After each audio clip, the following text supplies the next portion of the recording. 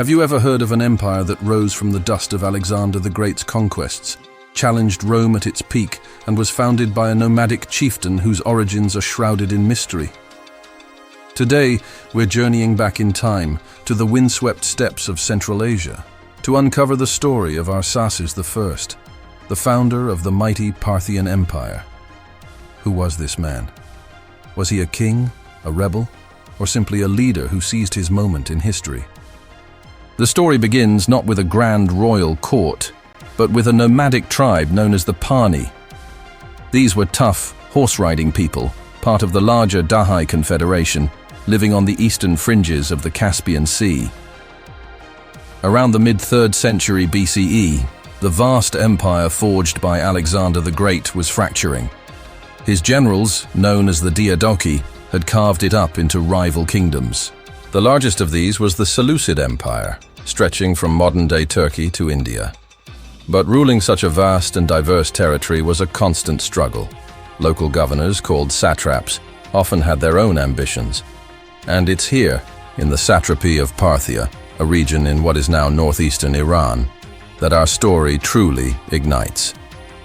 The Seleucid governor, Andragoras, decided to break away from the empire, declaring his own independent kingdom around 250 BCE. He saw an opportunity, but he wasn't the only one. From the north, watching these events unfold, was the leader of the Parni tribe, Arsaces.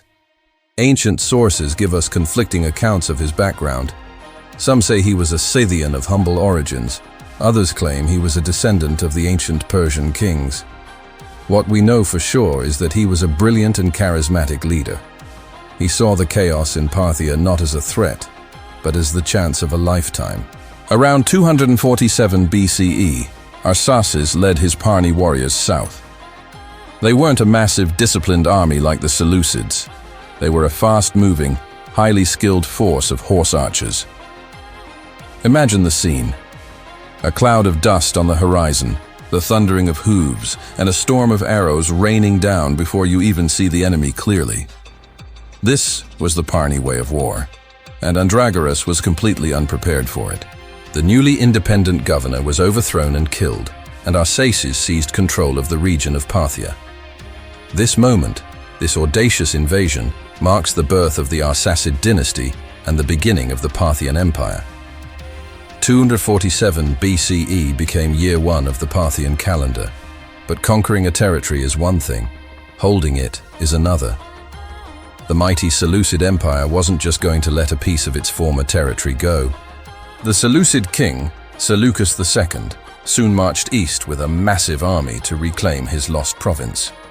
This was the first great test for Arsaces and his fledgling kingdom. He was a nomad chieftain facing one of the most powerful rulers in the world. Did Arsaces meet him in a pitched battle? No. He used the tactics he knew best. He employed classic nomadic strategy, the tactical retreat. He drew the vast Seleucid army deep into the unfamiliar and harsh terrain of Parthia, stretching their supply lines and exhausting their soldiers. His horse archers would constantly harass the Seleucid columns, striking quickly and then vanishing back into the landscape.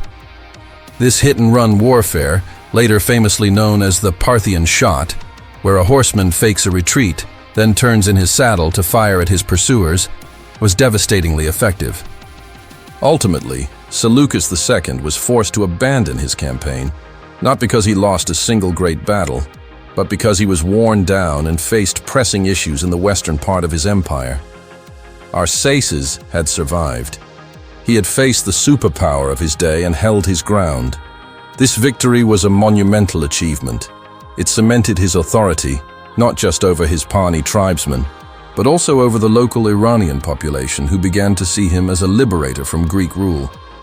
Having secured his borders, Arsaces began the difficult task of building a state. He didn't simply impose his tribe's nomadic culture. Instead, he was a master of synthesis. He blended the traditions of his Parni people with the existing Persian and Greek administrative structures left behind by the Achaemenids and Seleucids. He established his capital, likely at a place called Asak, and began issuing coins. These coins are fascinating because they show how he presented himself to his new subjects. On them, he is depicted not as a Greek-style king with a diadem, but as a tribal leader, wearing the soft cap of a steppe nomad and carrying a bow, the symbol of his power and his people's heritage. The inscription was in Greek, the international language of the time, reading, "Arsaces the King." He was signaling a new order, but one that understood and utilized the world around it. He also fostered a new kind of feudal society. His most loyal warriors and tribal nobles were granted land and titles in exchange for military service. This created a decentralized but powerful network of vassals who could be called upon to defend the kingdom. It was a system that would define the Parthian Empire for centuries, making it resilient, but also prone to internal rivalries. Arsaces I is believed to have ruled for a relatively short time, perhaps only a few years after securing Parthia. Some accounts suggest he died in battle, continuing to fight and expand his new kingdom. He was succeeded by his brother, who also took the name Arsaces, establishing a tradition where every subsequent Parthian monarch used Arsaces as a royal title, much like Caesar in Rome. It was a way of honoring the founder and legitimizing their own rule. So, what is the legacy of Arsaces? He wasn't a conqueror on the scale of Alexander or a lawgiver like Hammurabi. His genius lay in his opportunism, his military pragmatism, and his cultural flexibility. He was the right leader at the right time.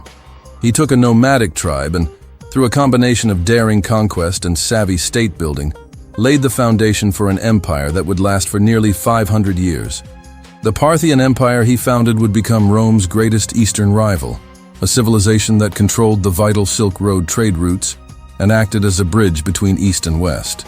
From the Battle of Carrhae, where they annihilated a Roman army, to their unique art and architecture, the Parthians left an indelible mark on world history.